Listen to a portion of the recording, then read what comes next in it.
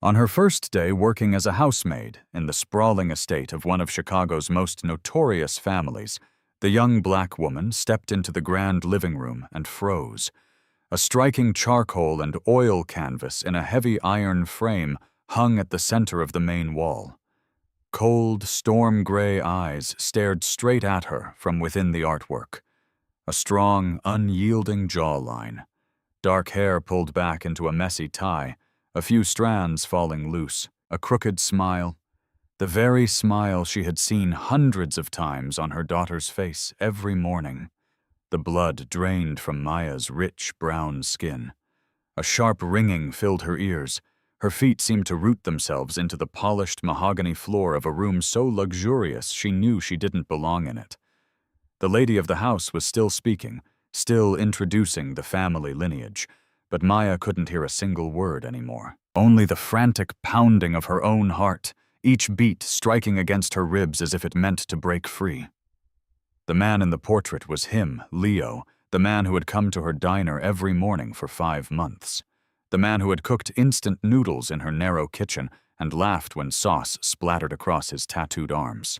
The man who kissed her forehead each morning, and then one day vanished without a goodbye, without a message, without a single trace, as though he had never existed at all. 7 years. It had been 7 years since he vanished. 7 years of facing the world alone and later carrying the weight of motherhood without him. And now the father of her daughter was staring at her from a portrait hanging inside the fortified compound of an outlaw motorcycle club dynasty. Maya's hands began to tremble. She turned toward the mistress of the house, the most powerful woman in the room, and heard herself ask the question she hadn't known she possessed the courage to speak. "Ma'am, why is my daughter's father in that portrait?" The woman went still. The color drained from her face in an instant. Her sharp eyes, the eyes of someone who had once ruled an underground biker empire alongside her husband, fixed on Maya, as though she were a stranger who had just struck a match beside a barrel of gasoline. The silence that followed stretched on like a century, and it changed all of their lives forever. If you want to know what happens next, please press like to support the channel so I can tell this story in full. Share this video with anyone who needs a story that reaches the heart. And don't forget to subscribe because the best stories are still ahead. Evelyn Vance didn't scream. She didn't need to. Her voice dropped lower, slow and deliberate, each word falling like cold stones onto a marble floor. "What did you just say?" Her eyes narrowed, sharp as a scalpel, sweeping from Maya's cheap shoes up to her bloodless face. There was no surprise in that gaze, only the cold calculation of a woman who'd spent 40 years standing beside the most feared MC president in the Midwest, a woman long accustomed to every kind of threat. "I'll ask again," Evelyn said, taking one step toward Maya, the breath of her expensive perfume drifting softly through the air, though nothing about her eyes was soft. "What did you just say about my son?" Maya swallowed, her throat dry and rough as sandpaper. She knew she'd opened a door that couldn't be shut. The words she'd just spoken still hung in the air, heavy, impossible to take back. "Ma'am, I know this sounds very—" Maya began, her voice shaking, but she forced it steady. "Sounds very what?" "Crazy. Shameless." Evelyn cut in, and now her voice carried something more dangerous than anger, a controlled contempt. "You've been in this house less than an hour, and you dare stand in front of me and say, 'My son, Garrett Vance, is the father of your daughter.'" She stepped closer. Maya wanted to retreat, but her legs wouldn't listen. "People who try to con my family usually don't end well," Evelyn said, her tone soft as silk. Yet every word held the weight of a sentence. "I've seen all kinds of people come to these gates with all kinds of tragic stories, hoping to squeeze a few dollars out of the Vance name. If this is your game, I suggest you stop right now while I'm still asking with words." Maya felt the real threat inside that sentence. This wasn't the kind of threat a wealthy mistress made when an insolent maid crossed a line. This was the threat of someone used to giving orders, used to being obeyed, and used to watching those who challenged her disappear from the streets without leaving a trace. But Maya had lived 29 years in a world with no safety net. She'd slept in an abandoned car at 18. She'd given birth alone in Cook County Hospital with no hand to hold. She was used to fear, and she knew the greatest fear wasn't the powerful woman standing in front of her, but the truth burning in her chest, demanding to be spoken. "I'm not blackmailing you," Maya said, her voice trembling, but her dark eyes fixed on Evelyn's.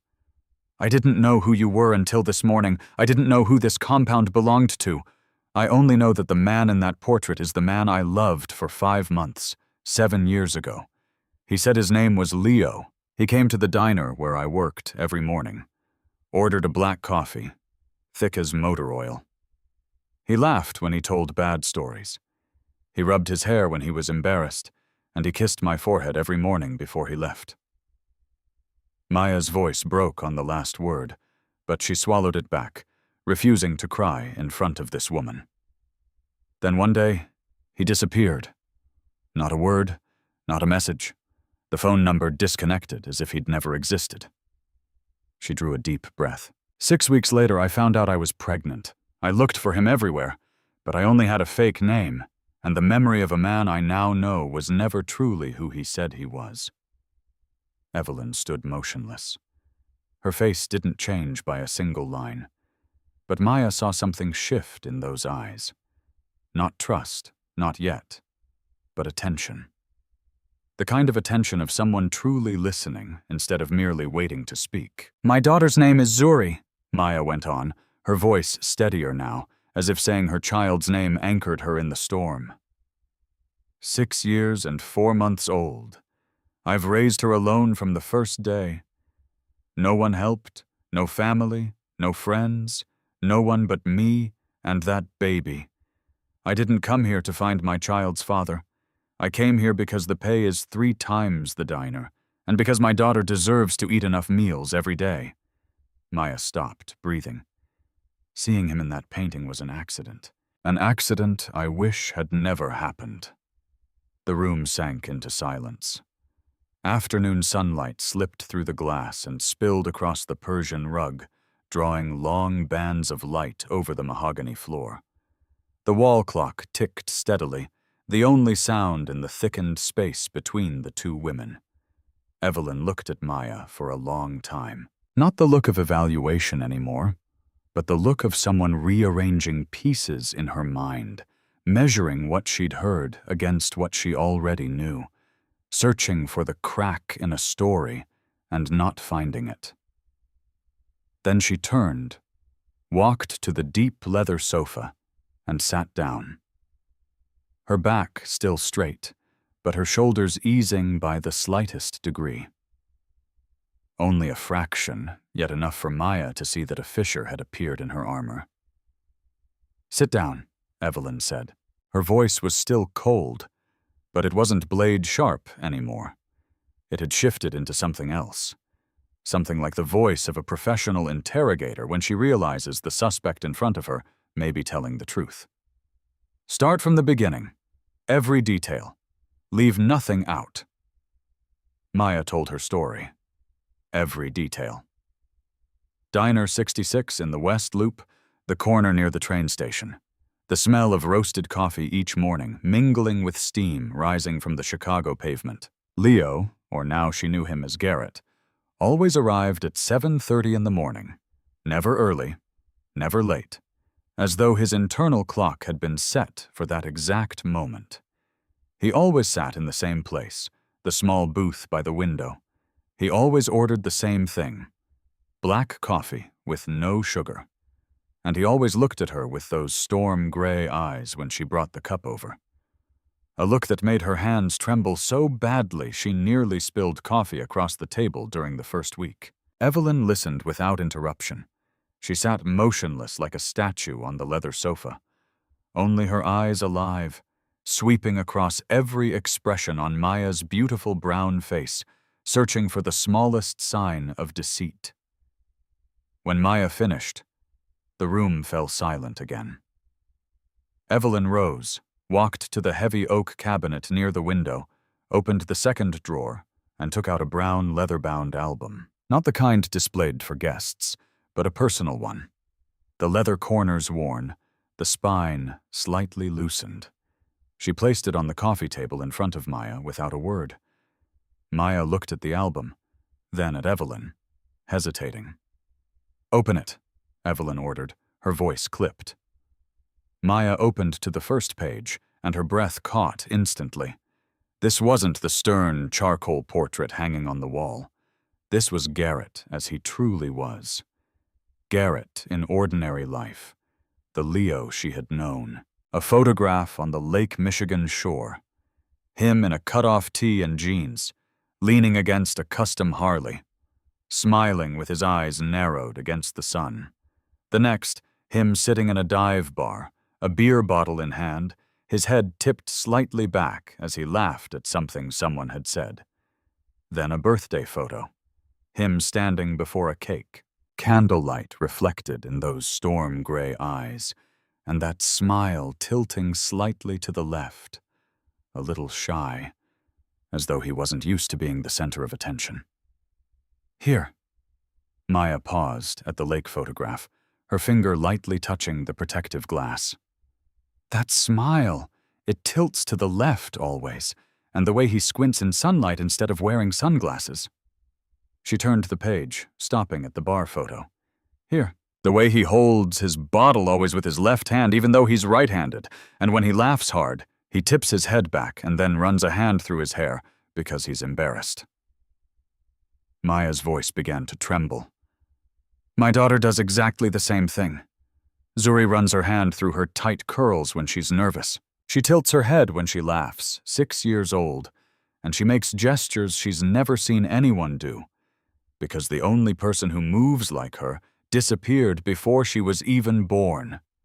Evelyn said nothing the entire time Maya turned the pages, but Maya noticed the woman's hand, which had rested calmly on her lap before, was now gripping the edge of her blazer, the knuckles drained white.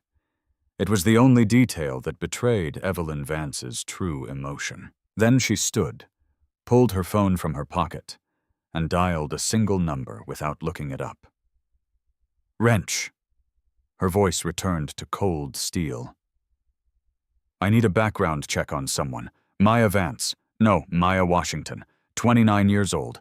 Every detail from 8 years ago to now. Residence, employment, medical records, everything. I want results before tonight." She ended the call and turned back to Maya, her face revealing nothing of what had passed over the last 15 minutes, as though the conversation had been nothing more than a routine business transaction. "You'll return to work now," Evelyn said. "Mrs. Higgins is waiting in the East Corridor. You'll finish your shift as usual. No one, absolutely no one, is to know about this conversation. Not Mrs. Higgins, not any patched member on this property, not anyone beyond those gates." Maya stood, her legs still unsteady. She nodded.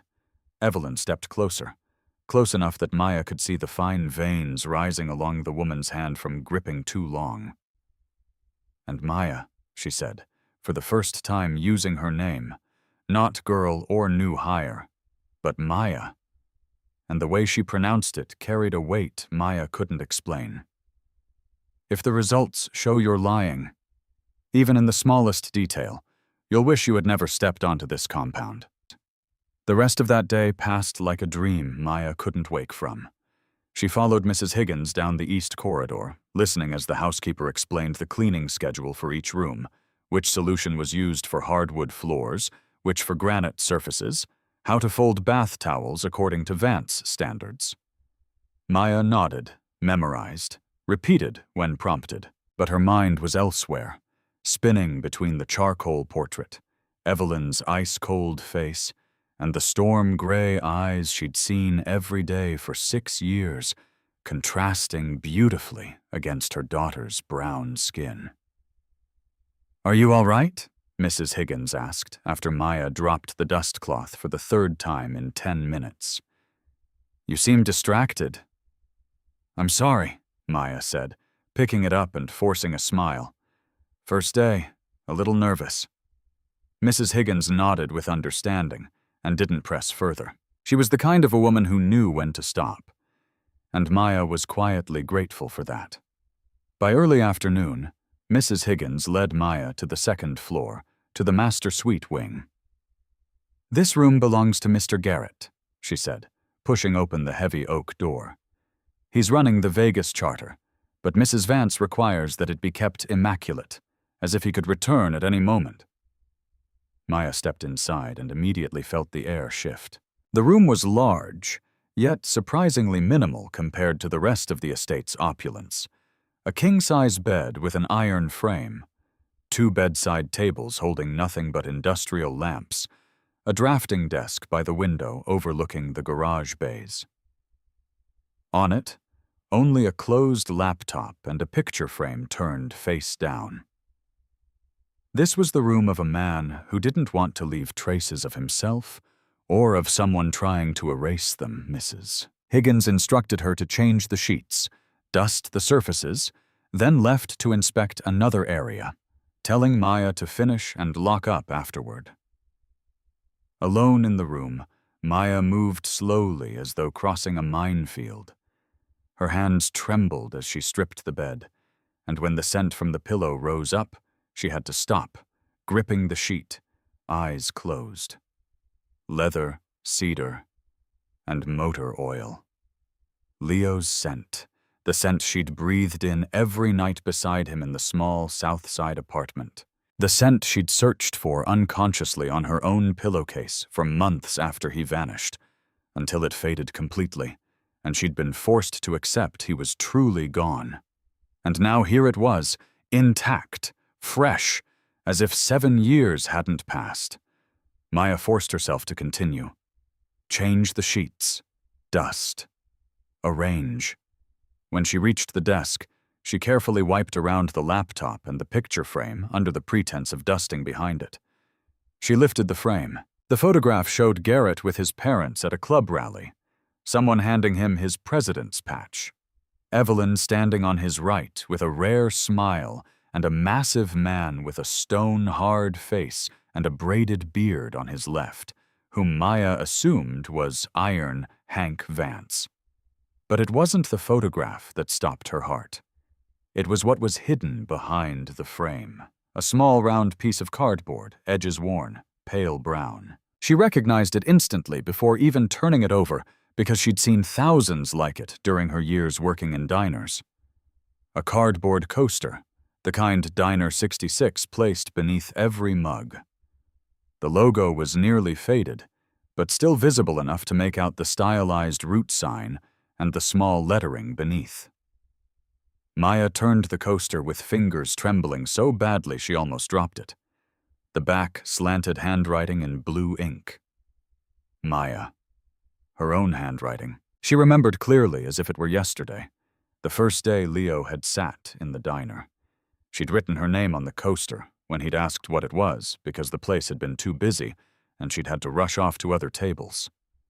He had kept it from the very first day for 7 years, carried it from Chicago to Vegas, and hidden it behind a picture frame on his desk in a room he insisted be kept pristine, as if he might return at any moment. Maya replaced the frame exactly as it had been, the coaster resting in her palm, weightless and yet heavier than anything she'd ever held. She stood in Garrett Vance's room, surrounded by the smell of leather and cedar, holding a coaster bearing her name. And for the first time in 7 years, she allowed a thought she'd buried deep inside to rise to the surface. Maybe he hadn't wanted to leave. Maybe he hadn't had a choice. At the end of the day, as sunset stained the tall windows of the estate crimson, Maya was summoned to Evelyn's private office. The room differed from the main living room, smaller, more private, with a massive wooden desk and walls adorned with vintage motorcycle club memorabilia. Evelyn sat behind the desk. In front of her lay a thin brown file, the kind Maya knew didn't come from any public administrative office. She didn't invite Maya to sit. She didn't need to. Maya knew this wasn't a friendly conversation. Maya Washington, Evelyn read, her voice even and devoid of emotion. Entered the foster care system at 3 years old. 4 foster families in 15 years. Left the system at 18. Waitress at Diner 66, West Loop, Chicago. Left employment due to pregnancy. Daughter Zuri Washington, born at Cook County Hospital. Currently residing in apartment 4B, South Shore. Annual income below the federal poverty threshold. She closed the file. Everything checks out. Maya said nothing. She reached into her apron pocket, took out the coaster, and placed it on the desk beside the file. Evelyn looked down, recognized the Diner 66 logo, turned it over, saw the name Maya in blue ink, and for the first time since Maya had stepped into this house, Evelyn Vance lost control of her expression. Only for a second. A blink held too long, a breath drawn slightly deeper, a swallow she couldn't conceal. But Maya saw it. "I found it in your son's room," Maya said softly. "Hidden behind a frame. My name, my handwriting. He's kept it for 7 years." Evelyn didn't touch the coaster. She simply looked at it, as though it were the final piece of a puzzle she'd refused to see for nearly a decade. Then she leaned back in her chair, eyes drifting toward the window where the Chicago sky was turning from red to deep violet. 7 years ago, Evelyn began, her voice entirely different now. No longer cold or sharp, but low and heavy like someone opening a box sealed too long. Garrett locked himself in his room for 3 days. He didn't eat, didn't speak, didn't open the door for anyone, not even me. She turned back to Maya. When he finally came out, he said exactly 1 sentence. "I have no reason left to stay." Then he agreed to take over the Vegas charter, which he'd refused for 2 full years before that. He rode out that same week and hasn't returned to live here since. Evelyn placed her hand on the coaster, her fingers brushing lightly over the name Maya, in the same way that over 1,000 miles away in Nevada, her son still did each night before sleep. "I asked Hank, my husband, if he knew what had happened to Garrett. He said no. I believed him." She paused. "Now I think he lied." Looking directly into Maya's dark eyes, Evelyn spoke in a tone Maya couldn't tell was an order or a plea. "Bring the child here tomorrow. If she carries Vance's blood, I'll know." The bus ride back to South Shore had never felt so long.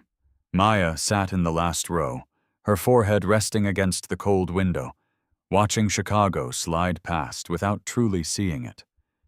Streetlights flickered on, their yellow glow blurring in her eyes like stars falling in reverse. In her pocket, her hand remained wrapped tightly around her phone, as though it contained the only proof that everything that had happened today was real and not a waking nightmare. The bus stopped at the corner of 71st and Jeffery. Maya stepped down, breathing in the familiar twilight air of the South Side, the smell of fried food drifting from the corner spot. Old school R&B spilling from a 3rd-floor window somewhere above, children shrieking with laughter at the small playground at the end of the block. She passed through the rusted iron gate of her building, climbed 4 flights of stairs under hallway lights that flickered as if about to die, stepped past the peeling patch of wall on the 2nd floor she had reported in March, and no one had bothered to fix. But when she opened the door to apartment 4B, the outside world stopped. Inside, it was small and cramped, yet every corner carried the breath of 2 lives. Zuri's drawings covered the refrigerator door. Houses in impossible colors, Motorcycles with wings flying across purple skies. A small pot of mint sat on the windowsill. The only plant that had survived the winter because Zuri insisted on watering it every morning. The patchwork blanket Miss Ruby had sewn draped over the old sofa. Each square of fabric a story the elderly woman told Zuri each night she babysat. "Mama!" Zuri burst from the living room like a small cannonball. Tightly coiled hair wild, beautiful brown skin glowing, those fierce, familiar storm-gray eyes blazing, one arm clutching Rusty, the stuffed hound dog worn thin and missing one ear, yet still indispensable. Maya dropped to her knees and gathered her daughter close. Holding her so tightly, Zuri squealed, "Mama, I can't breathe!" But she didn't let go. She inhaled the scent of children's coconut shampoo in her daughter's hair, felt the tiny arms loop around her neck. And for the first time that day, Maya felt solid ground beneath her feet. Miss Ruby stood in the doorway, knitting needles in hand, watching them with a gentle smile. She was good today. We practiced counting to 100. "Thank you, Miss Ruby," Maya said, forcing her voice to remain steady. "You look tired," Miss Ruby observed over her reading glasses. "First day working for rich folks that hard?" "Harder than I thought," Maya replied. And it might have been the truest thing she'd said all day. After Miss Ruby left, Maya made dinner. Scrambled eggs and toast. The meal Zuri called breakfast at night, and always giggled over because it felt backward. Maya sat across from her daughter at the small table pressed against the wall and watched her eat, and now she saw everything. The way Zuri tilted her head when she chewed. Exactly like Garrett in the birthday photograph. The way she held her glass of juice in her left hand, though she was right-handed, just like Leo holding his beer in the album.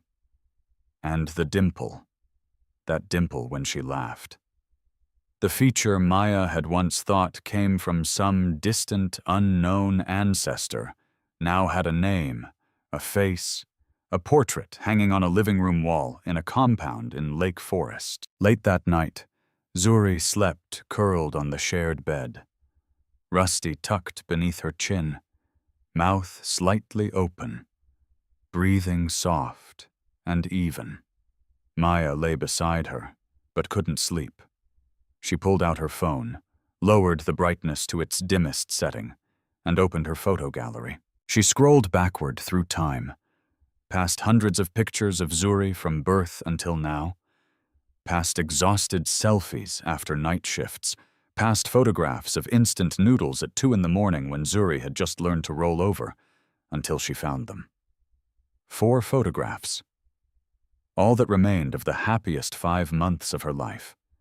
The first, a selfie in Millennium Park when the leaves were turning.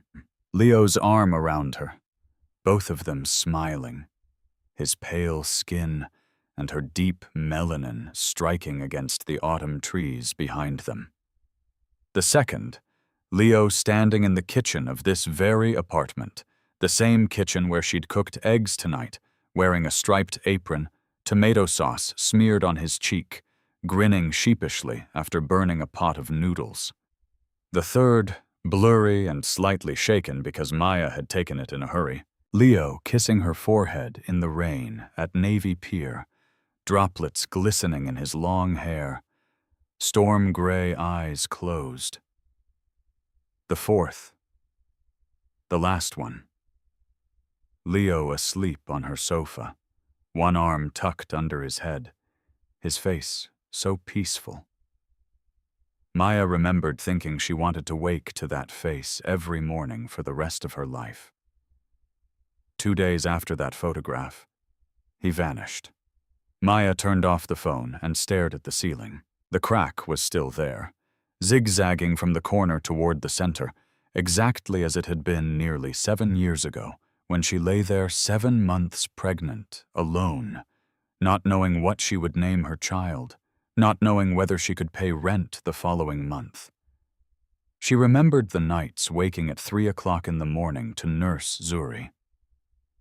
Eyelids heavy with exhaustion, yet afraid to sleep for fear her daughter might choke. She remembered the 8th month after Zuri's birth, returning to work while still breastfeeding, leaving her child with Miss Ruby from morning until evening, coming home to hold her and cry without sound, as guilt swallowed her whole. She remembered the night Zuri burned with a 104-degree fever at 8 months old. Maya running blocks through the freezing night to the emergency room at Cook County Hospital because her wallet didn't hold enough for a taxi, singing lullabies while tears soaked her shirt. She hadn't cried since that night. Not because she'd run out of tears, but because she understood tears didn't buy milk, didn't pay rent, didn't cure a sick child. She didn't have the luxury of weakness. Zuri didn't allow her weakness. And now, tomorrow morning, she would bring her 6-year-old daughter to meet a grandmother she'd never known, into a fortified compound she'd never imagined, to prove that the blood in her veins belonged to a world millions of miles away from apartment 4B in South Shore. The next morning, Maya rose early, dressed Zuri in her cleanest yellow floral dress, and braided her hair neatly despite her protests. "Today, you're going to meet a lady at Mama's workplace," Maya said, striving for the most ordinary tone she could manage. Zuri looked up, storm-gray eyes wide against her brown skin. "Does she have cookies?" Maya led Zuri around the back of the massive property, avoiding the main gates, exactly as Evelyn had instructed the day before. The stone path curved through the vast garage and yard area, where rows of custom bikes sat silent before the full weight of a Chicago winter descended. Zuri walked beside her mother, one hand clasped in Maya's, the other holding Rusty, her wide, curious gaze taking in everything with the eager curiosity only a child possesses. "Mama, this place is so big," she whispered, as if afraid someone might hear. "Does anyone ride all these motorcycles?" "Yes, sweetheart," Maya answered, tightening her grip on her daughter's hand. The guest house stood at the far end of the property, a 2-story building smaller than the main house, yet still 3 times the size of their apartment in South Shore. Evelyn Vance was already waiting on the porch. She wore a perfectly tailored black blazer, platinum hair pinned back without a single strand out of place, her spine straight as a ruler. But she wasn't looking at Maya. Her eyes were fixed on Zuri from the moment mother and daughter appeared at the head of the path, and she watched the child with an intensity Maya could feel from 20 steps away. Zuri felt it too. She stopped walking, tugged at her mother's hand, and slipped behind Maya's leg, clutching her worn companion tighter. "Mama," she murmured, blinking those piercing eyes. "She's looking at me funny." Maya rested a hand on her daughter's braids. "It's okay, sweetheart. She just wants to meet you." Evelyn had heard Zuri's voice, and Maya saw the older woman draw in a long breath before stepping down from the porch. She moved slowly, each step careful, as though afraid that moving too quickly might frighten the child. When she was 2 steps away, she paused and lowered herself slightly. Not kneeling, because Evelyn Vance didn't kneel to anyone, but enough to bring her face closer to Zuri's eye level. "Hello," she said, and her voice was softer than Maya had ever heard it. So soft it was almost unrecognizable as the same woman who had threatened her in the living room the day before. "You're Zuri, aren't you?" Zuri nodded, still half hidden behind her mother's leg, but her curious eyes peeked around Maya's hip. "Do you have cookies?" Evelyn blinked once, then her lips curved into a smile Maya was certain few people in the world had ever seen. "I do," she said. "I have lots of cookies. Come inside and I'll show you." Inside the guest house, the sitting room was warmer than Maya expected. A leather-upholstered sofa, heavy curtains, and on the coffee table in the center of the room, a tray of freshly baked golden cookies beside a pitcher of apple juice and 3 cups, 2 large and 1 small. Evelyn had prepared, carefully prepared. And that told Maya more than any words could. At the sight of cookies, Zuri forgot her hesitation. She glanced at her mother for permission. Maya nodded, and Zuri perched on the edge of the sofa, carefully selecting 1 cookie and taking a small bite. Her eyes lit up. "It's good," she declared, grinning wide. And the dimple appeared on her round cheek, deep and unmistakable, identical, down to the smallest measure, to the dimple in Garrett's birthday photograph Maya had turned to in the album the day before. Evelyn lifted a hand to her chest, her fingers clenched in the fabric of her blazer just above her heart, and Maya saw the knuckles turn white. "Garrett loved these when he was little," Evelyn said, her voice trembling, truly trembling for the first time since Maya had known her. And the words, "when he was little," slipped from her mouth, heavy with 40 years of memory. "Mrs. Higgins baked them every Sunday. He always took the most and hid them in his cut-off jacket to bring upstairs." Zuri didn't understand the meaning behind those words, but she understood the warmth in the elderly woman's tone, so she held up her half-eaten cookie in offering. "Do you want some? It's really good." Evelyn shook her head gently, but the smile didn't leave her lips. Her eyes were wet, and she didn't bother to hide it. Or perhaps she couldn't. After Zuri finished her second cookie, she grew bolder, exploring the sitting room, touching the leather sofa, examining an old motorcycle tank displayed on a shelf, then remembering the small backpack she had brought. "Mama, can I show her my drawing book?" Maya nodded, her heart beating faster. She knew what was inside that book. Zuri opened her backpack and pulled out the worn sketchbook, its cover plastered with star and motorcycle stickers. She climbed onto the sofa beside Evelyn so naturally that both Maya and Evelyn were caught off guard, and opened it. Childish crayon drawings filled the pages, a house with smoke curling from the chimney, bikes half the size of the page, a smiling sun. Evelyn turned each page, nodding, praising softly, until Zuri flipped to one page and stopped. "This is my favorite," she said with 6-year-old seriousness. 3 figures holding hands, the smallest in the middle, dark skin, braided hair, yellow dress, clearly Zuri. On the left, a taller figure with long, natural hair, Mama. On the right, the tallest figure, drawn more roughly. Light skin, long hair tied back, standing a little farther away from the other 2, as though the artist hadn't been certain how close to place him. "This is Mama. This is me. And this," Zuri pointed to the right, "is Daddy." Evelyn looked at the drawing, then at Zuri. "Is your daddy very far away?" she asked, her voice barely more than breath. Zuri nodded solemnly. "Very far. But Mama says Daddy loves me. He just has to go somewhere very far." Evelyn looked at Maya. Her gaze now held none of the coldness, none of the sharpness, none of the suspicion or contempt Maya had seen the day before. Instead, there was something far more complex, something Maya needed a few seconds to disentangle. Respect, because Maya had taught her daughter that her father loved her, instead of teaching her to hate him. Pain, because she was looking at a 6-year-old granddaughter she should have known from the very first day. And shame, deep shame, the kind only a conscience can feel, because she was beginning to understand that her family had taken from this child something no cookie and no compound could ever replace.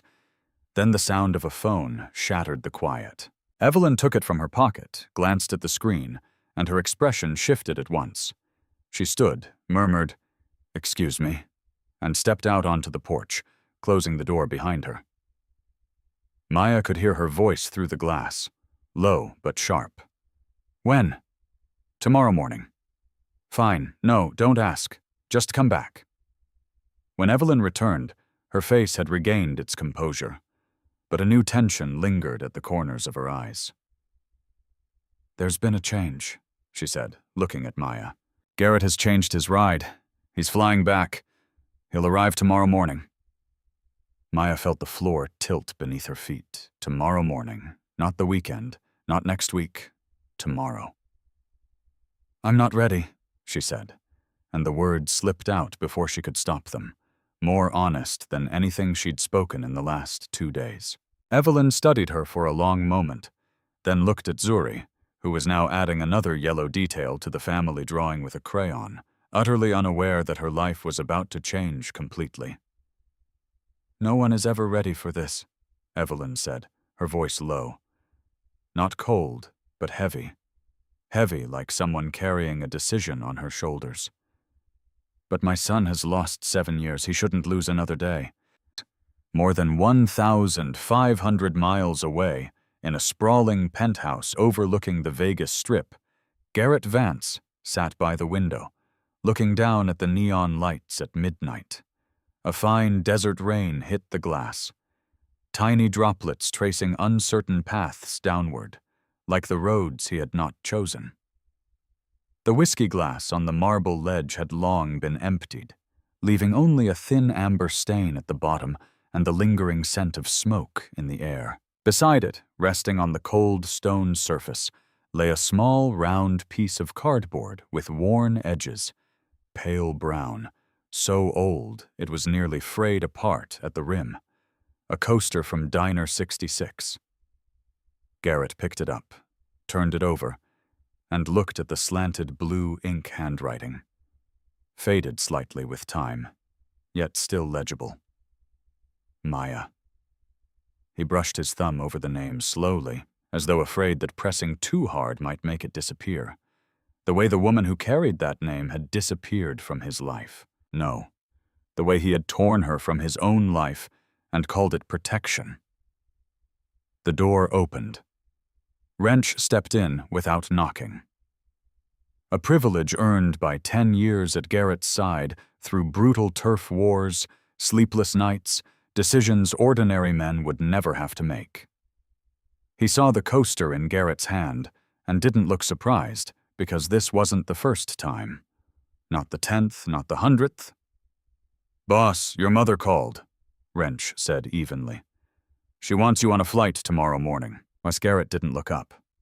"Reason?" "She didn't say. Just that it's important and she needs you in Chicago immediately." Garrett remained silent, eyes fixed on the coaster. Wrench stood with arms folded, watching his club president with the patience of someone who has seen too much.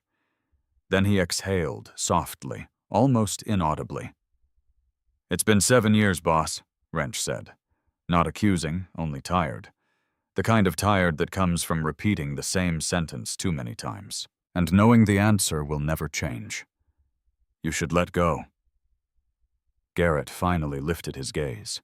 Storm-gray eyes, the same eyes that on the other side of the country a 6-year-old child wore on her brown face without his knowledge, met Wrench's with a quiet sadness.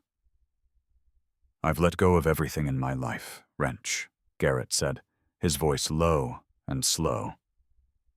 "I let go of my dream of designing buildings when my father told me to sit at the head of the MC table. I let go of the right to choose my own life the day I put on the Vance patch. I even let go of the only woman who ever looked at me and didn't see a biker boss, or power, or fear." His gaze dropped to the coaster. "Except this. This I can't let go of." Wrench said nothing more. He had learned long ago that some battles shouldn't be fought, and the coaster bearing Maya's name was one of them. Garrett rose, slipped the coaster into the inside pocket of his leather cut on the left side, over his heart, exactly where it had rested for 7 years. Through every chapter meeting, every violent dispute, every long night in the hollow quiet of the Vegas penthouse. Book the flight for tomorrow morning, Garrett said, stepping past Wrench toward the bedroom and beginning to pack. Wrench nodded and took out his phone. But before turning away, he glanced back once more at his president. The most feared biker boss in the Midwest, tossing shirts into a duffel bag with the same hands that 12 hours earlier had signed off on a massive territory expansion, and wondered whether fate was playing a cruel joke or setting something in motion when Evelyn Vance had suddenly summoned her son home on the very night he once again sat staring at that worn piece of cardboard. Garrett didn't know. He didn't know that in Chicago, in a small apartment in South Shore, a woman was also awake, also looking at old photographs, also counting down the hours. And he didn't know that in 12 hours, the past he had tried to bury for 7 years would be standing in his family's living room, carrying storm-gray eyes identical to his own on the face of a 6-year-old child he had never known existed.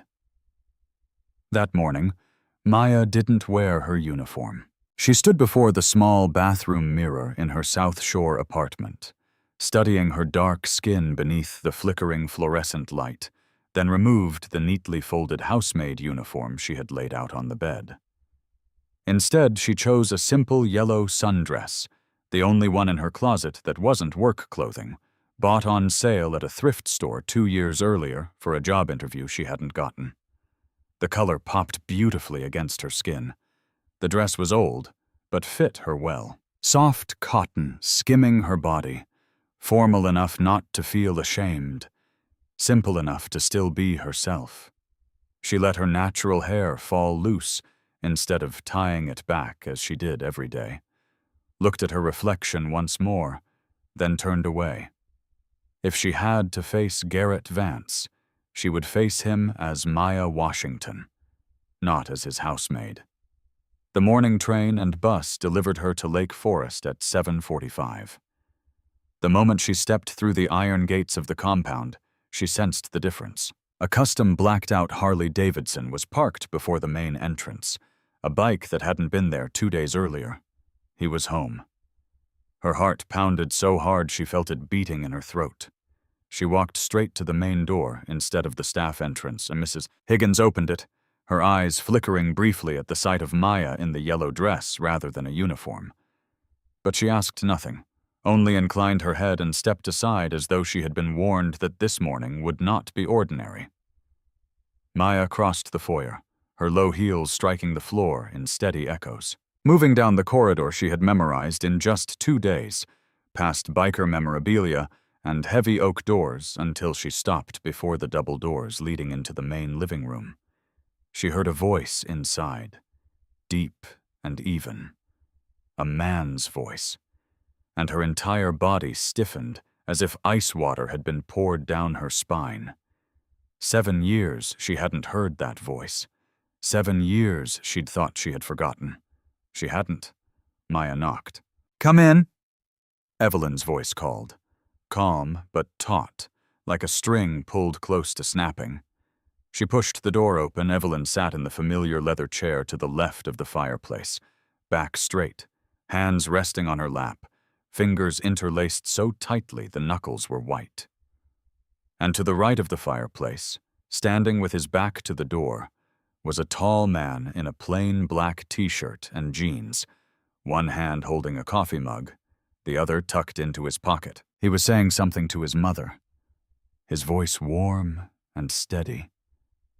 The voice of someone who had just returned home from a long journey and didn't yet know the house had changed entirely in his absence. Then he turned, and time stopped. Those eyes, the unmistakable piercing gaze she had never forgotten. 7 years had carved sharper lines into his face, harder, more tired. A tighter jaw, like a man accustomed to grinding his teeth in his sleep. But the eyes hadn't changed. The eyes she had looked into every morning for 5 months. The eyes she had seen every day since, on her daughter's beautiful face. The coffee mug tilted in Garrett's hand, nearly falling. He caught it in time. But dark drops spilled onto his tattooed skin, scalding, and he didn't seem to notice. His entire body went rigid, only his eyes alive, widening, blinking rapidly, as though his mind refused to process what stood before him. Maya, her name left him hoarse, almost not a voice at all, but breath forced through a throat drawn tight, as though speaking her name had stolen all the oxygen from his lungs. Maya stood there, arms at her sides, back straight, eyes fixed on him. She had prepared for this moment all through the night, rehearsed what she would say. But now, standing before him in flesh and bone, every practiced word vanished. Only the truth remained. "Hello, Leo," she said, calmer than she felt. "Or rather, Garrett Vance, the biker boss whose real name I never knew." Garrett set the coffee mug down on the mantel, his hand shaking so badly it struck the stone with a dry sound. He looked at his mother, panic flashing across the face of the most feared man in the Midwest. And in that instant, he looked like a child caught doing something wrong. "Mom," he said, his voice breaking midway, "what's going on?" Evelyn didn't rise. She didn't move, didn't shift her posture, didn't alter her expression. She simply looked at her son with the eyes of a woman who had prepared for this moment for 2 days. And then she spoke, her voice calm to the point of cruelty. Calm like someone reading the weather forecast. Calm as though what she was about to say held no power to shatter everything in the room. "You have a daughter, Garrett. 6 years old. Her name is Zuri." Silence followed. Not the awkward kind, not the thoughtful kind, but the silence of a room after a bomb has been released and before it strikes the ground. That suspended second when everything is still intact. Yet everyone knows nothing will remain the same. Garrett looked at his mother, then at Maya, then back at his mother. His mouth opened, but no sound emerged. His right hand searched blindly behind him until it found the back of a nearby chair, and he gripped it, fingers draining white. The blood left his face so completely Maya could see the faint blue veins at his temple. And those storm-gray eyes that 12 hours earlier had stared down at Vegas in familiar loneliness were now wide with something far beyond surprise. It was shock. Primitive shock that makes the body forget how to function. "Daughter," Garrett repeated, the 2 syllables dropping from his mouth like stones. 6 years. Evelyn nodded once, firm. "The woman standing in front of you is the child's mother. She came here to work. Recognized your portrait on the wall. And I've spent the last 2 days verifying everything. It all aligns." Garrett turned to Maya, his eyes searching her face for denial. Perhaps for a sign that this was some cruel mistake. Maya didn't give him that. She stood straight, arms at her sides, and began to speak. Brief, cool. Not a tear, not a tremor, no plea for pity. 6 weeks after you disappeared, I found out I was pregnant, she said. I looked for you. The phone number was disconnected. No one at the diner knew you. I had a false name and memories. I gave birth alone at Cook County Hospital. No one held my hand in the delivery room. She paused, not from emotion, but to breathe. I've raised Zuri alone since the first day. Worked 2 shifts daily. There were months I couldn't afford formula, so I skipped meals to make sure she had enough. When Zuri was 8 months old, she had a 104-degree fever at midnight. I ran blocks through the freezing night to the emergency room because I didn't have enough in my wallet for a taxi.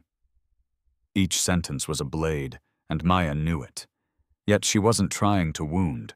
She was stating facts, and the facts were cruel enough. I didn't come here looking for you, she finished evenly. I didn't know who you were until I saw the portrait.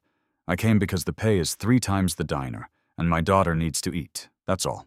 Garrett had sunk into the chair at some point, elbows on his knees, hands gripping his head, his back curved forward, massive shoulders trembling faintly. And when he lifted his face, his piercing eyes were bloodshot, wet, no tears falling, yet all of them waiting there. "I didn't know," he said, his voice shattered. "Maya, I swear I didn't know. If I had known—" "What would you have done?" Maya asked. Not bitter, but truly asking. Garrett looked at her, then down at his hands, as though the answer might be etched in his palms. Then he spoke. "My father found out about us," he began, his voice lowering, growing heavier like a man opening a coffin he had kept sealed for 7 years. "Iron Hank doesn't tolerate surprises. He had you followed. He knew everything. Where you lived, where you worked, when you left, and returned. Then he called me into the club room." Garrett swallowed. "He told me to end it immediately. I refused. The next day, you were fired from Diner 66. Maya flinched. She remembered that morning. The manager calling her into the back kitchen, unable to meet her eyes, saying there were staff cuts. His voice unsteady. And she had believed him, had thought herself simply the next unlucky name on a list. "My father bought the entire building the diner leased," Garrett continued, each word forced through clenched teeth, "just to force you out. And he told me, this is only step 1. If you don't comply, the next step won't be so polite. I know my father, Maya. He doesn't make idle threats. He has the power, the means, and the ruthlessness to carry them out." His voice broke completely on the next sentence. "I left because I was afraid he would hurt you. I thought if I disappeared, he'd leave you alone. I thought it was the only way to protect you." Evelyn spoke then, her voice low and heavy. "Hank is a man of another era," she said, looking toward the window where morning light streamed through the tall panes. "For him, club blood is everything. Loyalty is everything. I'm not excusing my husband. I only want you to understand that Garrett's decision wasn't made in ordinary circumstances." Maya listened. She heard every word, absorbed every detail, and inside her 2 currents ran side by side like rivers that would never merge. One was anger. Anger she had carried for 7 years. Anger for the man who vanished and left her alone. The other was understanding. The painful understanding that he hadn't left because he stopped loving her, but because he loved her too much and was too afraid. And that understanding hurt more than anger ever could. "You didn't give me the right to choose," Maya said. And now her voice trembled. Truly trembled.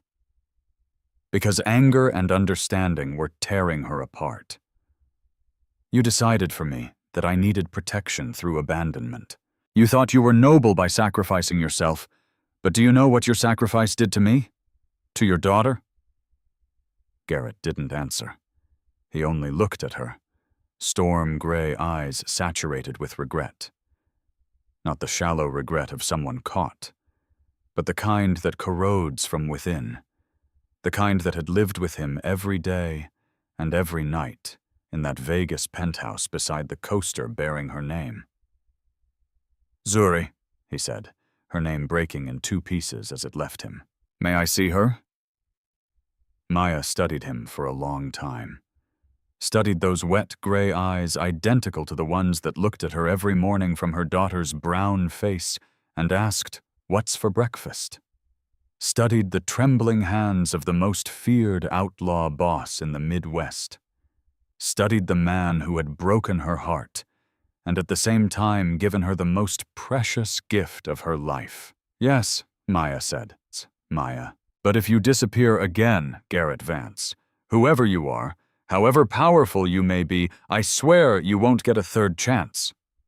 Garrett drove, eyes fixed ahead, hands gripping the steering wheel of the blacked-out Chevy Tahoe, so tightly his knuckles blanched. Maya sat in the passenger seat, hands resting on her lap, looking out the window. Neither of them spoke. Chicago moved past them, from the sprawling lawns of Lake Forest to the wide avenues downtown, then gradually into the south side, older, grayer, more honest.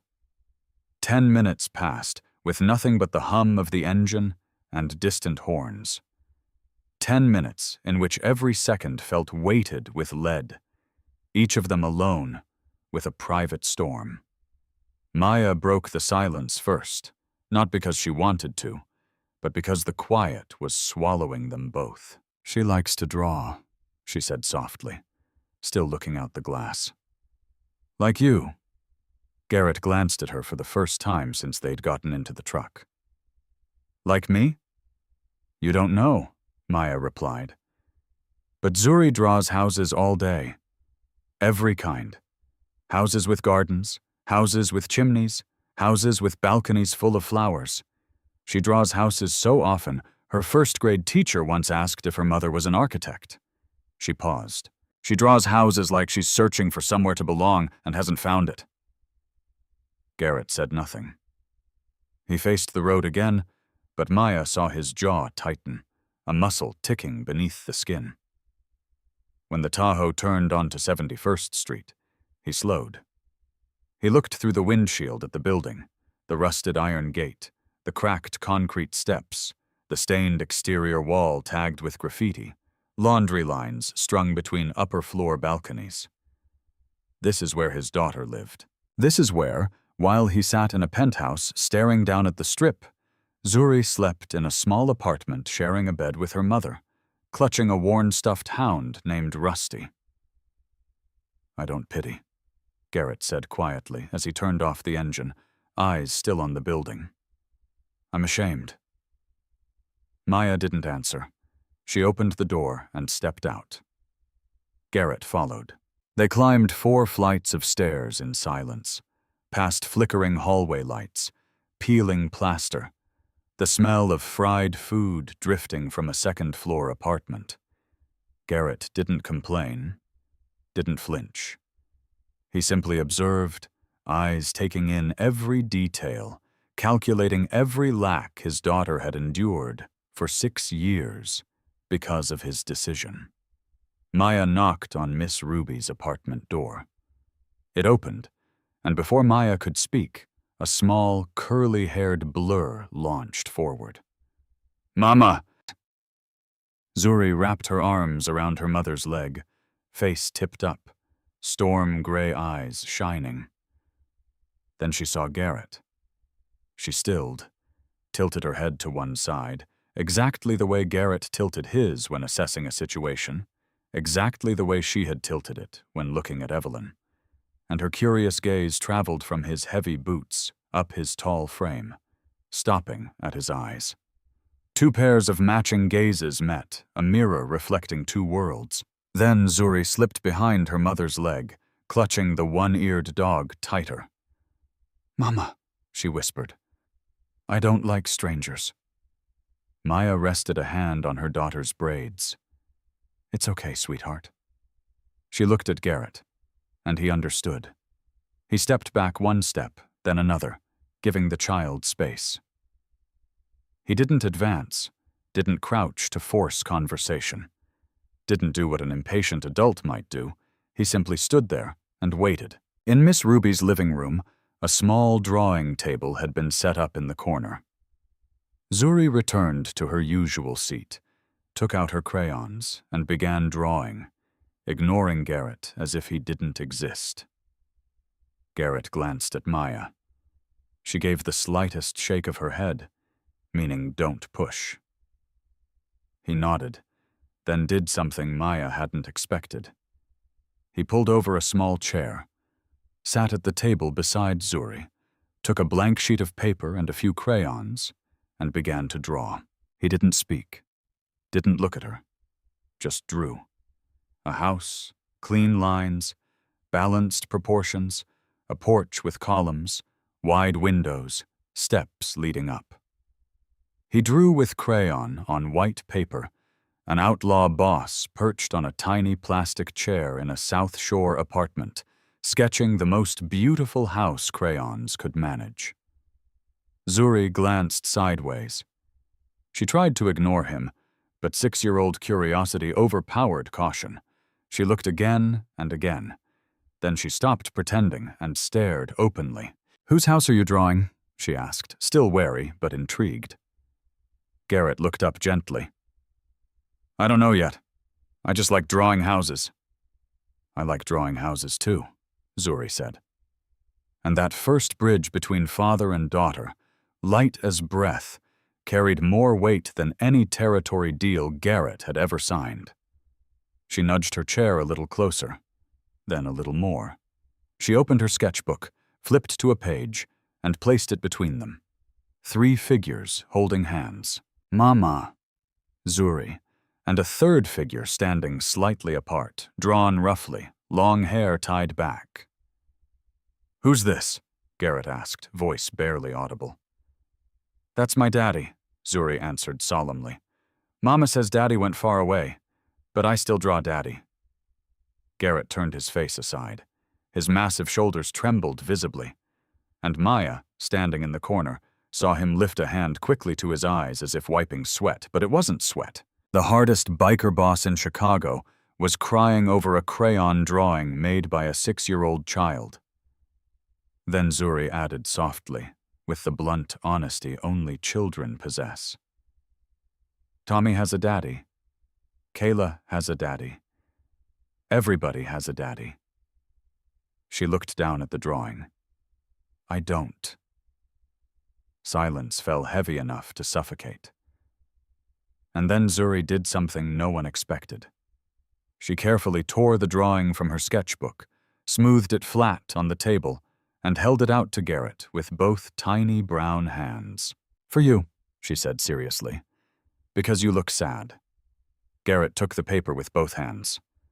Hands that had built empires, gripped through life and death brawls, carried the power of an underground network, now holding thin crayon paper as though it were the most fragile and precious thing he had ever touched.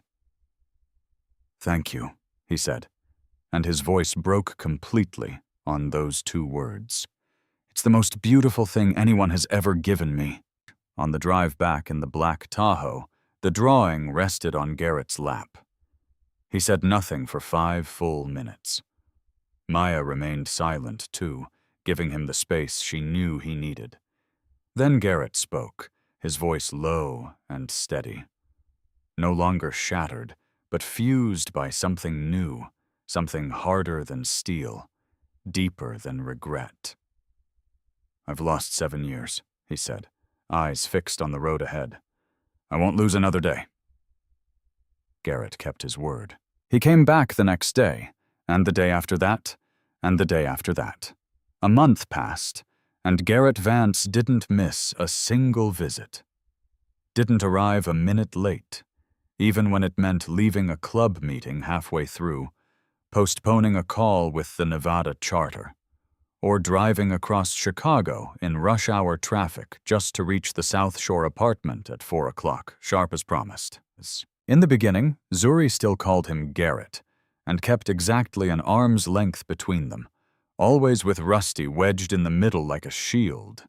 But children have their own way of measuring sincerity, and their instruments are more precise than anything adults invent. Zuri measured with patience, with the way Garrett never forced her to talk when she wanted silence, with how he always sat on the floor instead of a chair so their eyes were level, with how he remembered she preferred purple crayons over blue, and that Rusty required his own seat when cookies were served. Gradually, the arm's length shortened. The tattered plush stopped being a barrier and became a shared friend. Then one Tuesday afternoon, Garrett sat cross-legged on the worn rug of the apartment in his leather cut, facing Zuri and a plastic toy tea set. The silent guest of honor occupied his seat, a pink plastic cup placed before the hound dog. Zuri poured pretend tea into Garrett's cup, with the solemnity of a true hostess. "Here's your tea," she said. "No sugar because you said you don't like sugar." Garrett sipped from the pink plastic cup with the same grave expression he wore when confronting rival presidents. "It's excellent," he said. You brew better than Wrench." Zuri burst into laughter, dimpled deep and bright, and Maya stood in the kitchen doorway, holding her coffee mug, biting her lip hard to hold back what was rising in her chest. And then that day came.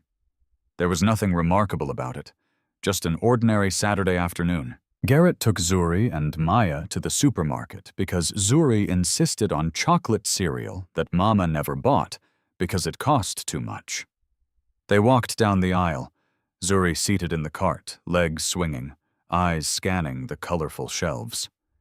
She spotted the cereal box high on a top shelf, the one with the cartoon rabbit she adored, positioned beyond her reach and beyond Maya's.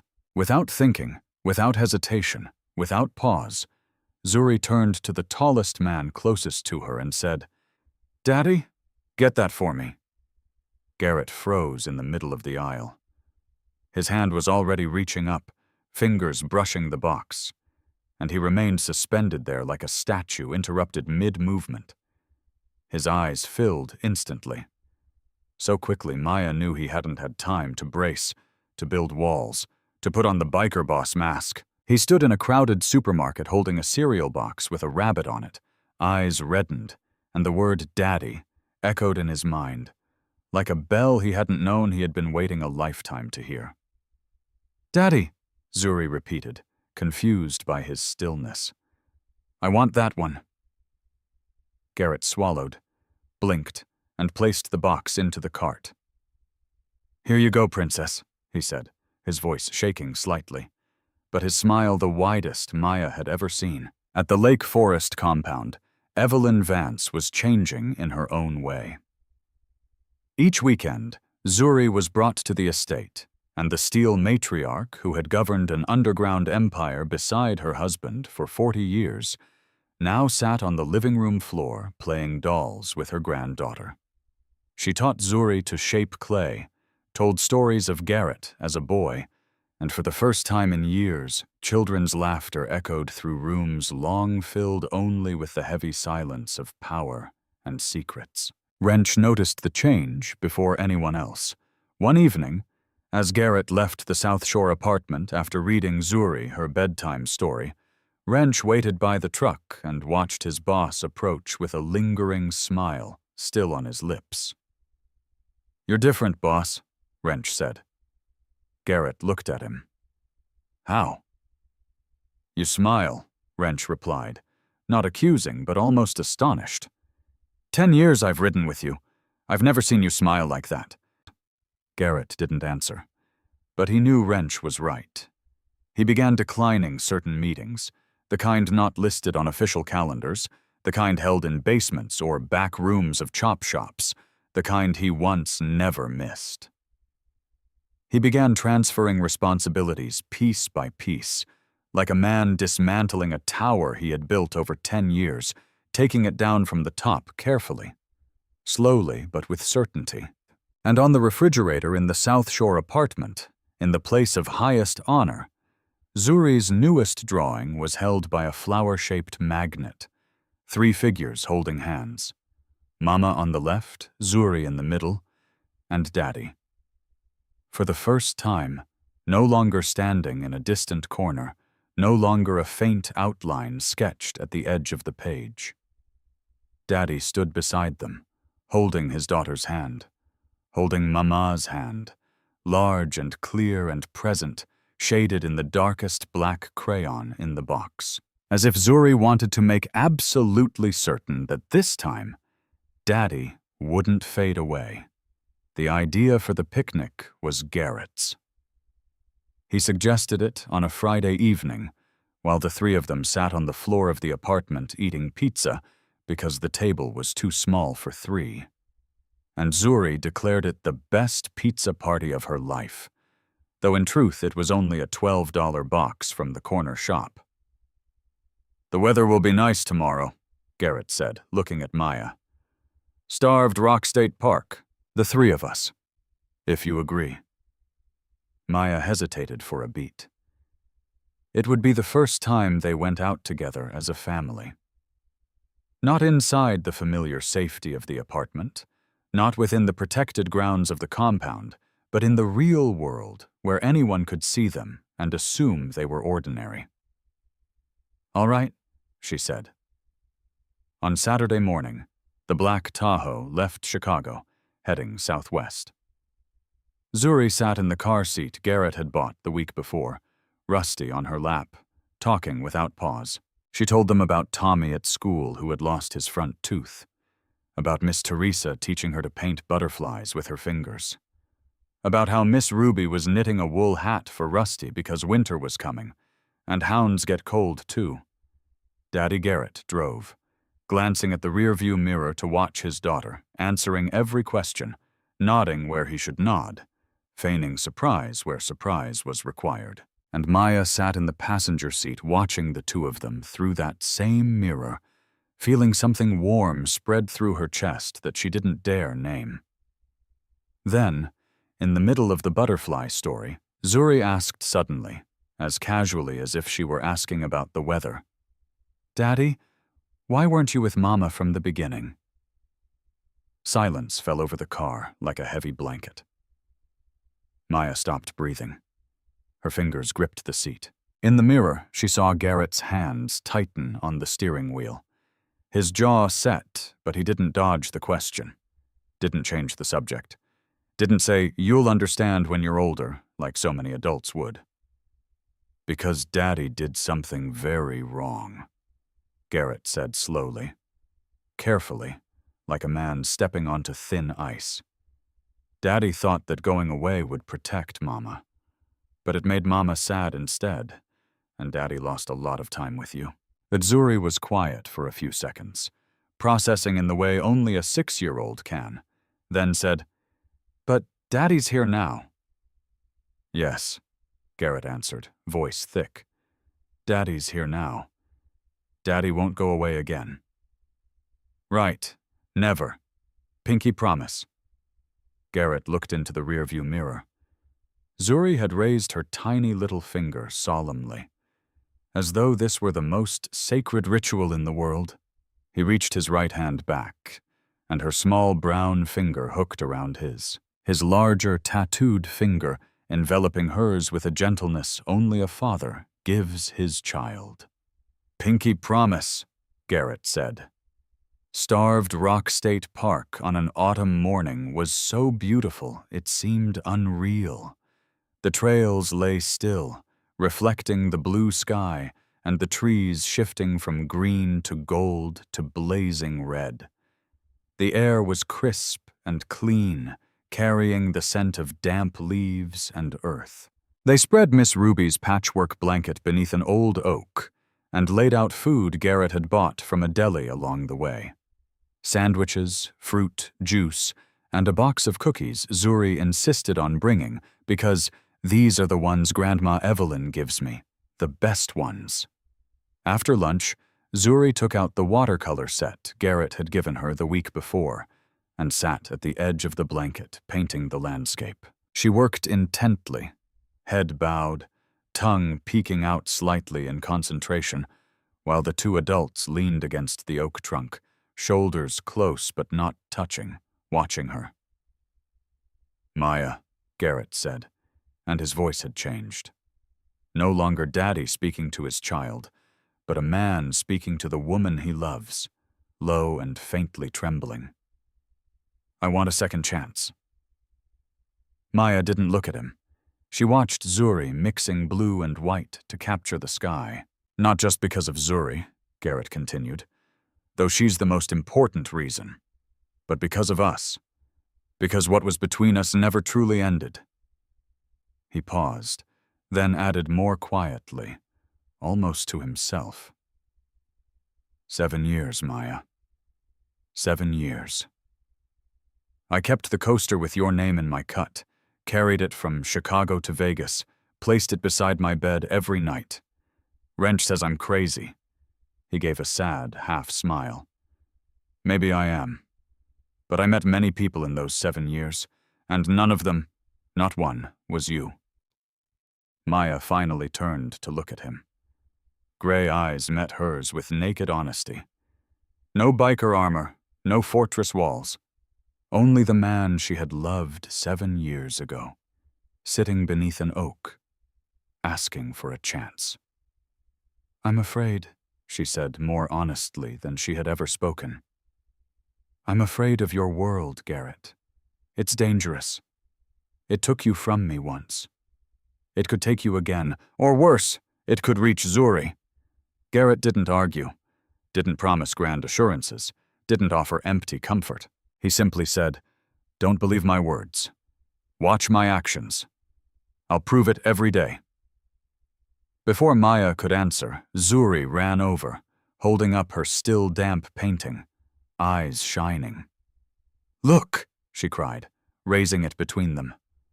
A blue sky, red and gold trees, and in the center, 3 figures standing side by side. Not the old drawing of 3 holding hands with Daddy far away in the corner. This time the 3 stood shoulder to shoulder, and above their heads in clumsy letters, Zuri had only just learned to write one word: family. Maya looked at the painting, then at Zuri, then at Garrett, and she placed her hand over his, slowly, gently, but with certainty. The first time in 7 years she had reached for him. "One step at a time," she whispered, steady despite the softness. "But together."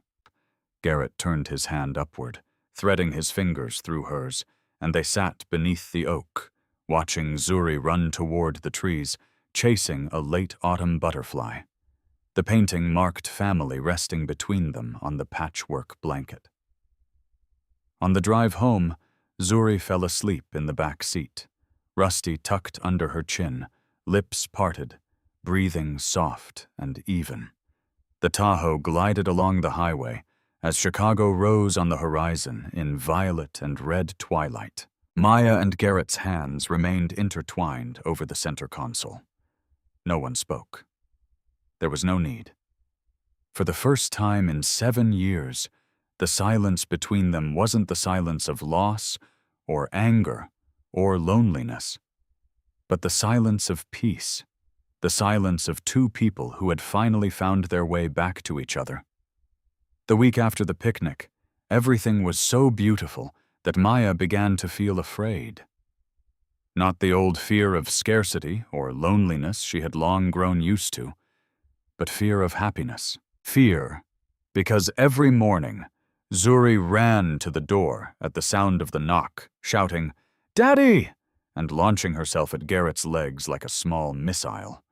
Her smile so wide, Maya knew that if that smile were ever taken away, it would break Zuri in a way that 6 years without a father never had.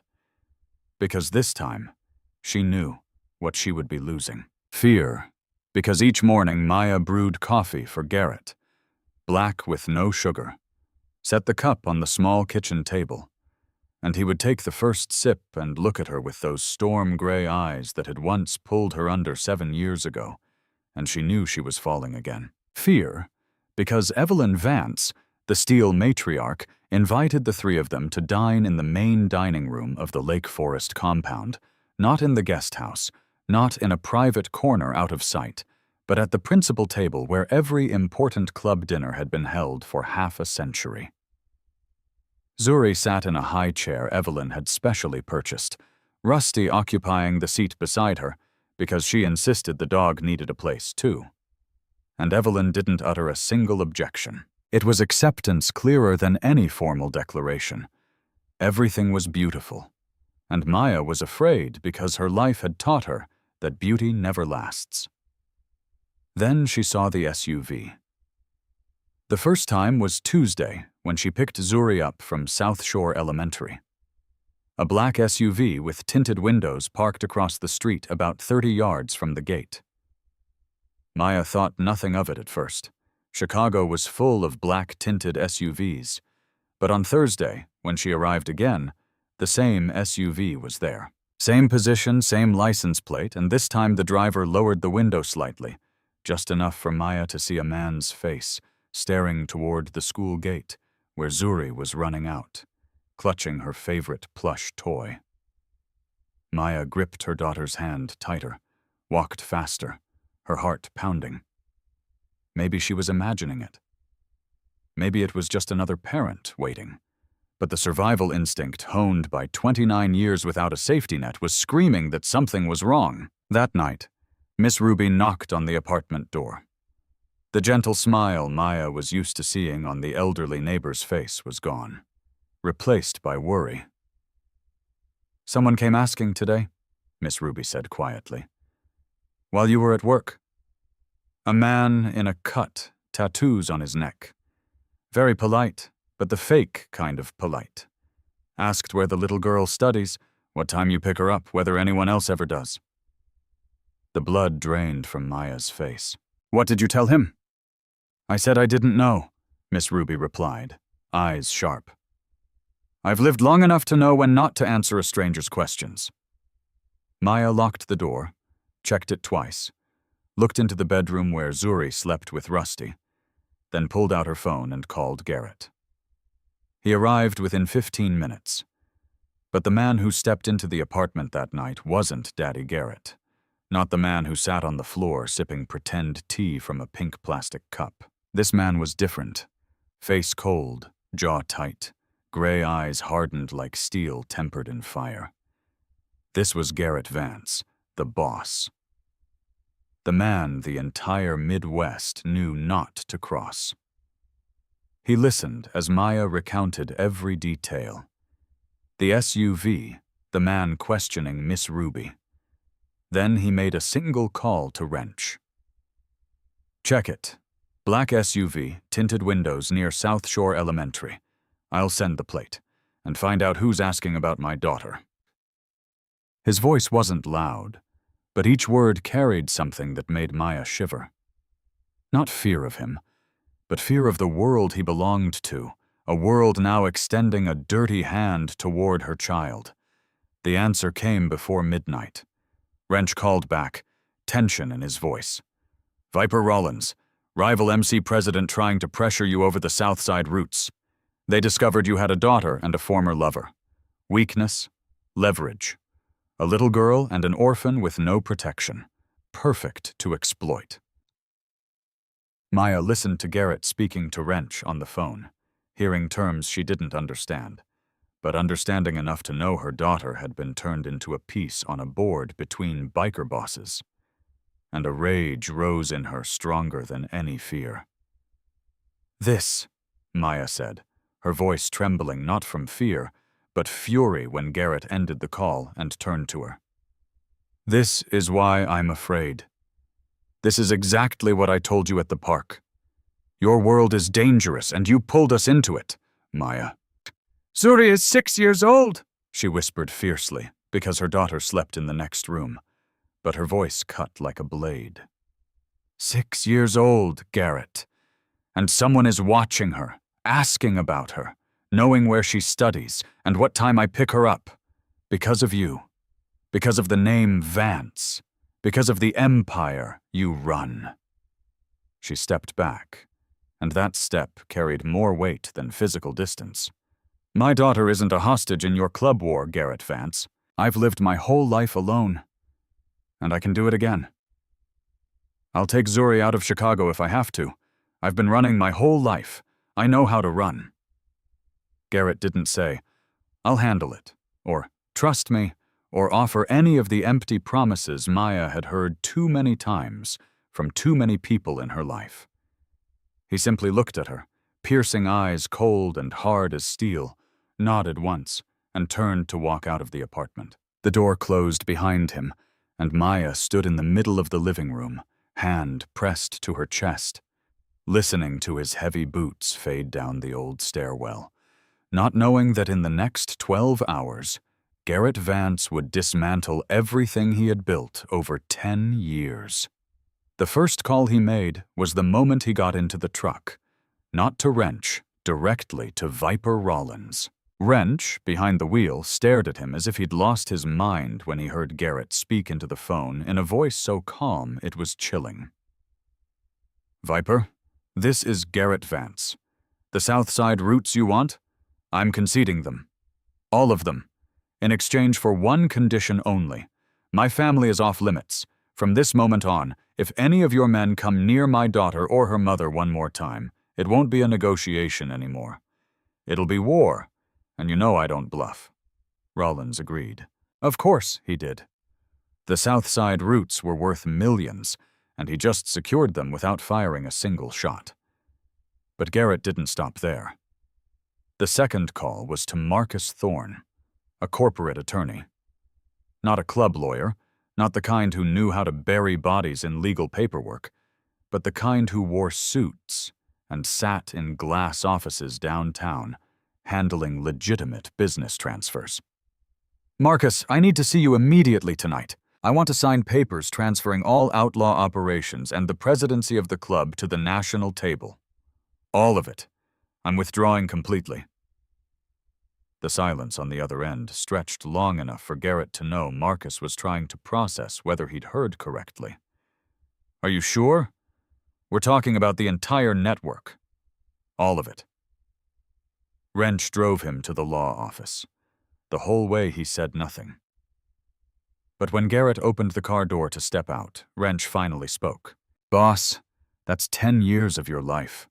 The empire you led and built with your own hands, even under the heavy shadow of Iron Hank's expectations."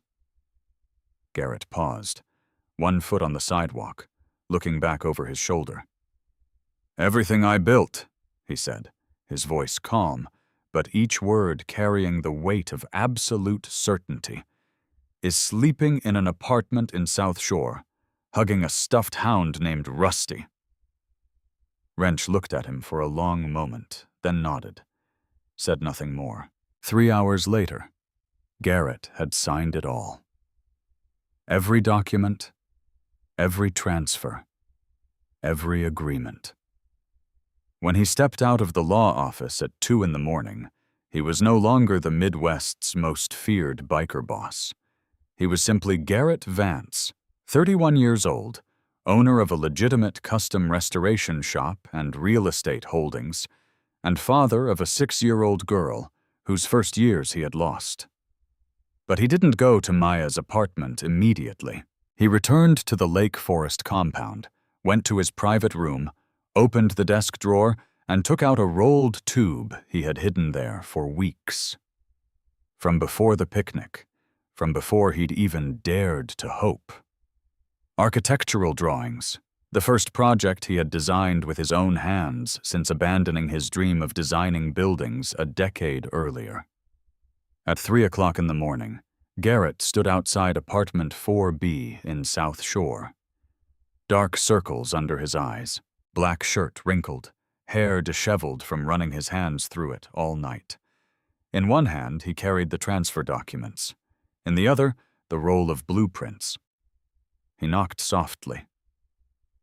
Maya opened the door, her eyes dark from sleeplessness, still wearing her daytime clothes. Clearly she had been waiting or trying to decide where to run.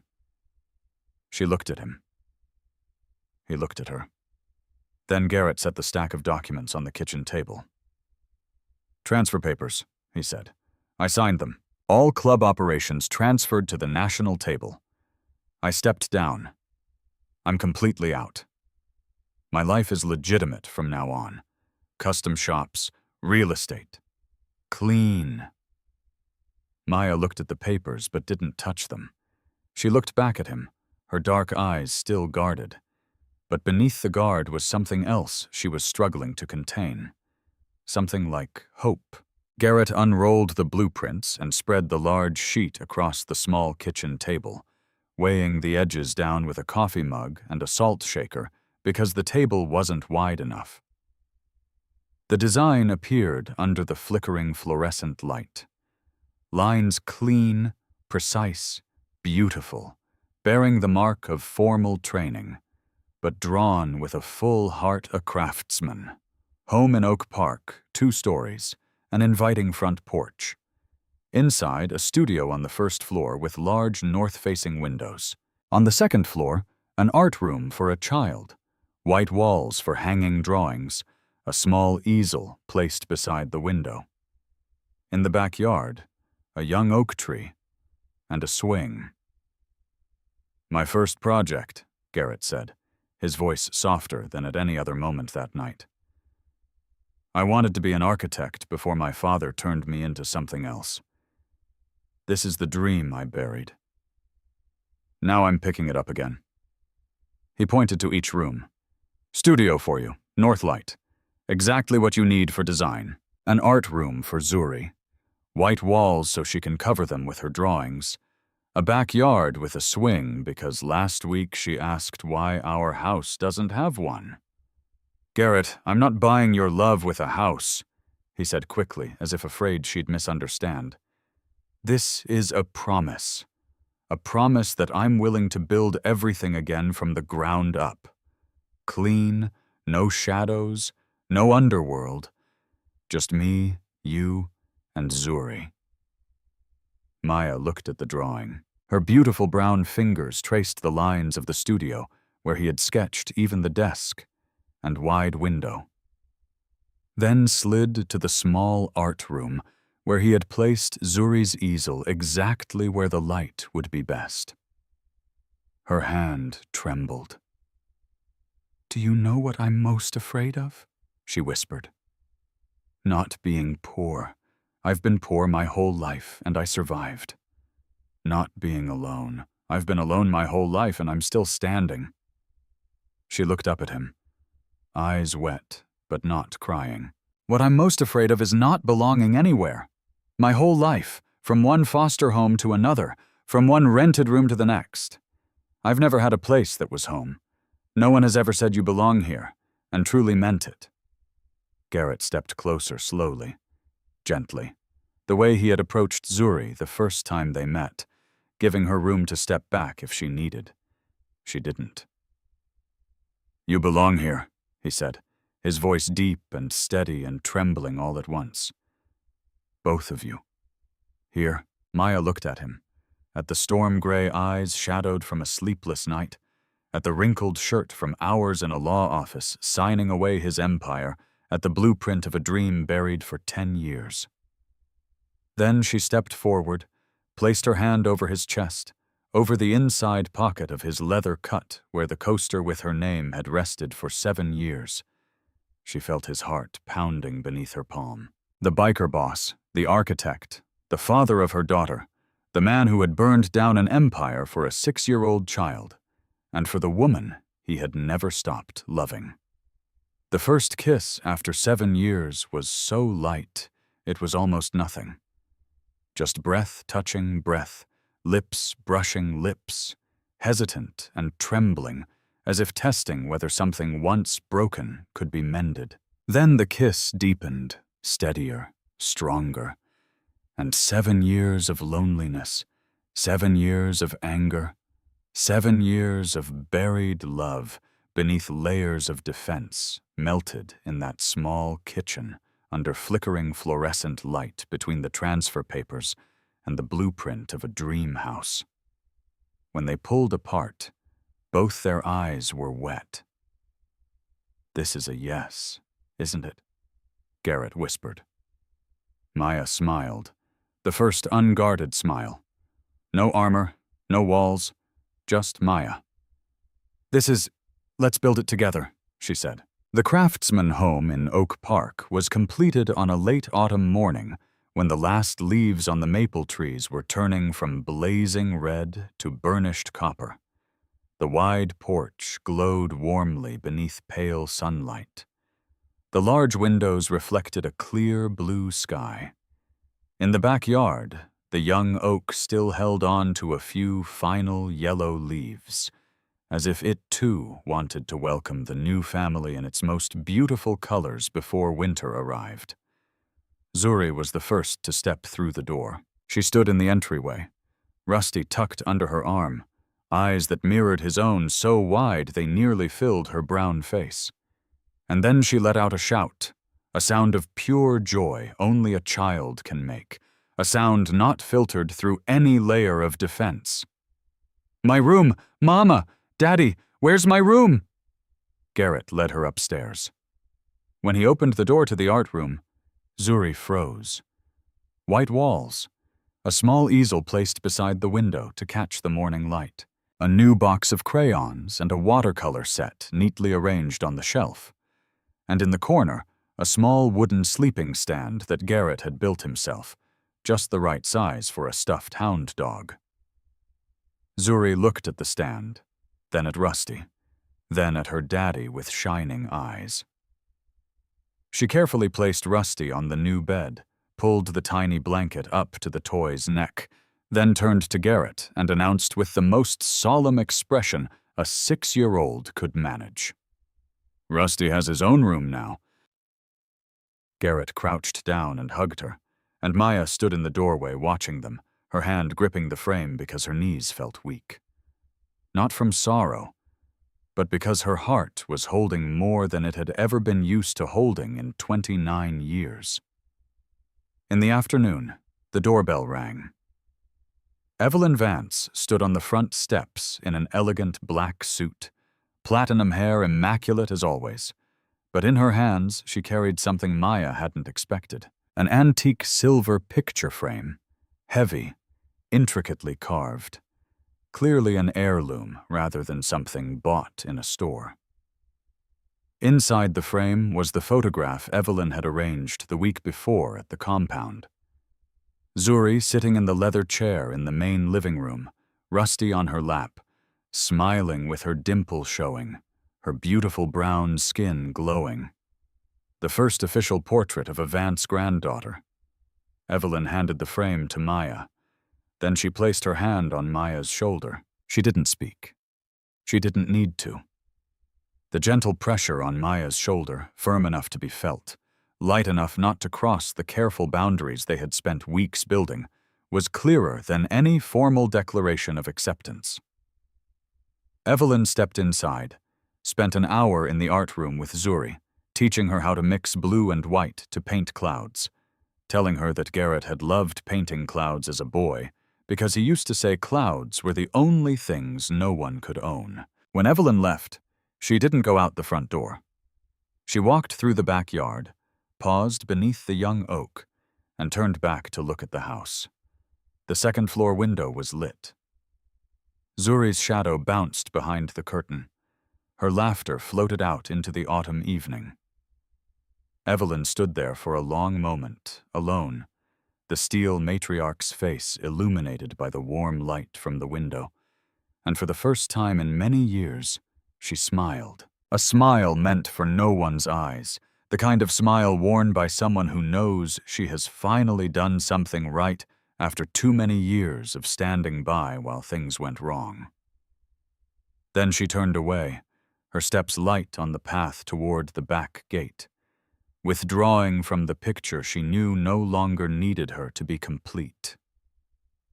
That night, after Zuri had bathed and put on the star-patterned pajamas Evelyn had bought, Garrett carried her to bed. Zuri lay down on her new mattress, pulled Rusty from the little stand to sleep beside her, and looked up at her daddy. "Daddy, this is our house, right?" "Yes, Princess. This is our house forever." "Forever?" She smiled, her dimple appearing, those heavy lids slowly closing, and within minutes her breathing became soft and steady. The peaceful sleep of a child who finally had her own room. A daddy, a mama, a home. Garrett stood watching her for a long time before going downstairs. He took the painting Zuri had made at Starved Rock State Park from its tube. The three figures standing side by the trees with the word "family" scrawled above, and hung it on the living room wall in the most prominent place where anyone entering the house would see it first. Beside it, he placed a small glass frame. Inside lay the old coaster from Diner 66. Its edges worn, the root logo faded, and on the back, in slanted blue ink now blurred with time, the name Maya. The coaster rested behind glass.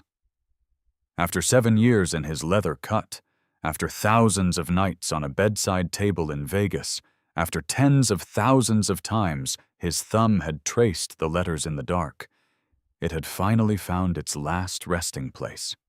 No longer a relic of pain, no longer proof of loss, but the first page of a new story. Maya stood at the window of the first-floor studio, the room Garrett had designed for her. The large, north-facing window letting moonlight spill across the new wooden floor in a silver path. She stood there, hand against the cool glass, looking out at the backyard where the swing moved gently in the night breeze. Garrett came up behind her, wrapped his arms around her waist, his chin resting atop her head. They stood together in the moonlight, listening to the wind, to the soft creak of the new house settling as if breathing, to the steady sound of Zuri's sleep drifting down from upstairs through the baby monitor Garrett had installed on the first day. "We lost 7 years," Maya whispered. Garrett tightened his arms slightly.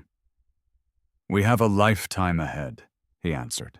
And the story ends here, in the Craftsman home in Oak Park, where the coaster bearing Maya's name rests in glass beside the crayon drawing labeled Family, where the stuffed hound Rusty has his own bed, where a former outlaw boss burned down an empire to build a house with a swing for his daughter, and where a 29-year-old orphan finally has a place she belongs.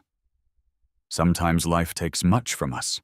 It takes time, it takes chances, it takes the people we love. But sometimes, if we're brave enough to open our hearts again, strong enough to forgive, and patient enough to believe in actions rather than words, miracles arrive. Late, perhaps, but never too late. If this story has touched your heart, please press like to support our channel in telling stories like this one. Share the video with those you love, with anyone who needs to hear that no matter how harsh life becomes, love and sincerity always find their way back. And don't forget to subscribe so you won't miss new moving stories every day. How did this story make you feel? Have you ever lost someone and found them again? Or are you somewhere on the journey of searching for where you belong, like Maya? Share your thoughts in the comments below. We read every line and want to hear what lives deep in your heart. Wishing all of you watching this video good health, joyful lives, and peace each day. Goodbye, and see you in the next video.